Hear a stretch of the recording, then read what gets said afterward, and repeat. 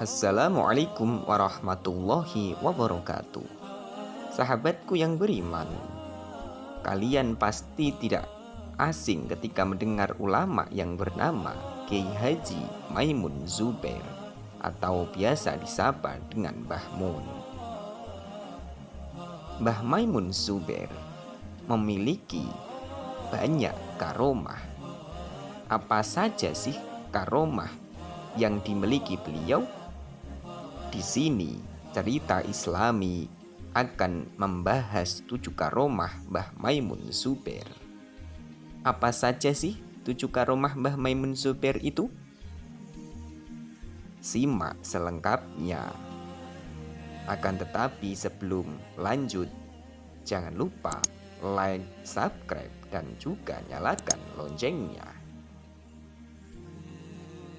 Yang pertama, menghentikan hujan lebat. Salah satu karomah Mbah Maimun Zubair yang terungkap ke publik adalah menghentikan hujan lebat. Mulanya Mbah Maimun tengah mengisi acara Maulid Nabi di Kudus.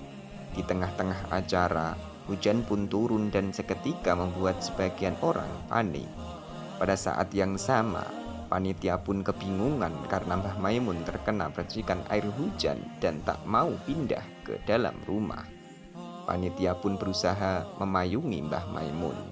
Di sela-sela acara, Mbah Mun berdoa pada Allah Subhanahu wa Ta'ala dan diikuti para jamaah. Tak lama, hujan deras pun turun dan membuat takjub para jamaah. Yang kedua, melipat waktu. Karomah Mbah Maimun Zubair yang satu ini diceritakan langsung oleh Kiai Haji Faudolan Musyafa. Melansir Lingkar Madiun, pikiranrakyat.com, hal ini bermula saat Kiai Haji Faudolan dan Mbah Mun berziarah ke makam Imam Shadhili di Mesir. Kiai Faudolan yang saat itu telah berkuliah di sana bingung karena waktu yang dimiliki Mbah Maimun di sana terbatas. Di sisi lain, jarak tempuh menuju makam sangat jauh dan umumnya harus menginap. Namun, karena mendapat permintaan langsung dari Mbah Maimun, maka mereka pun berangkat. Menempuh perjalanan 400 km. Ternyata, rombongan tiba dengan waktu hanya 2,5 jam, yang biasanya sampai 9 jam. Yang ketiga, mobil melaju tanpa bahan bakar. Sukar dipercaya tapi benar adanya. Begitulah karomah Mbah Maimun saat menaiki mobil tanpa bahan bakar. Diceritakan, Mbah Maimun kerap menaiki sebuah mobil yang mudah rusak. Bahkan, mobil tersebut selalu masuk bengkel.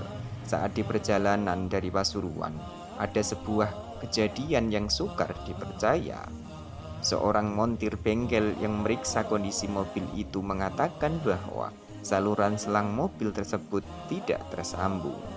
Anehnya, sang montir pun tak percaya karena mobil itu masih bisa berjalan. Yang keempat, bertemu Nabi Khidir alaihi salam.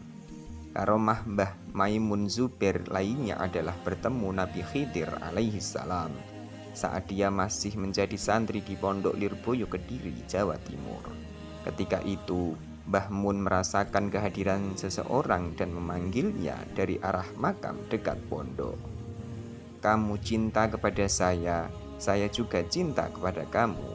Dijamin Gusti Allah nantinya," ucap sosok tersebut yang dipercaya Nabi Khidir. Nabi Khidir pun mendoakan Mbah Mun dan seketika hilang dari pandangan Mbah Maimun. Yang kelima, menyembuhkan penyakit.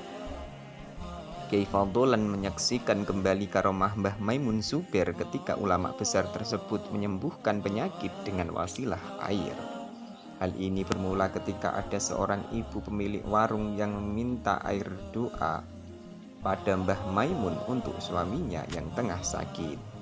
Mbah Maimun pun mendoakan air tersebut dan diberikan pada suaminya.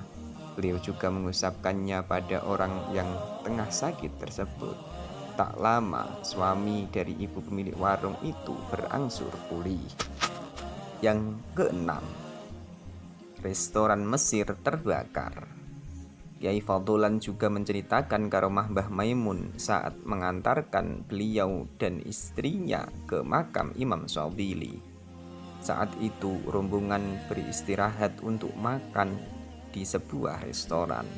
Usai makan, Mbah Maimun memberikan uang 300 pon Mesir pada Kiai Fadlan. Namun, kasir mengatakan kalau uang untuk membayar tersebut kurang karena totalnya 750 pon Mesir. Padahal uang yang dibayarkan Mbah Maimun lebih dari cukup sesuai pesanan.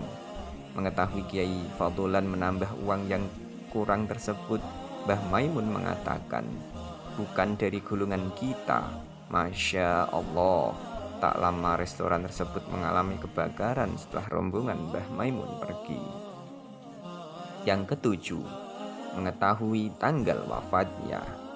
Karomah ini dikisahkan oleh jemaah haji asal Tegalrejo bernama Sodikun. Saat itu, Sodikun diminta kakaknya untuk sowan pada Mbah Mun yang tengah menunaikan ibadah haji.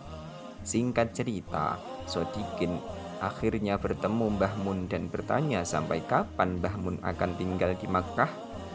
Mbah Mun menjawab bahwa dia akan tinggal sampai tanggal 5. Sodikun merasa heran karena ibadah haji jika dihitung dari kalender Hijriyah maupun Masehi akan berakhir di sekitar tanggal belasan.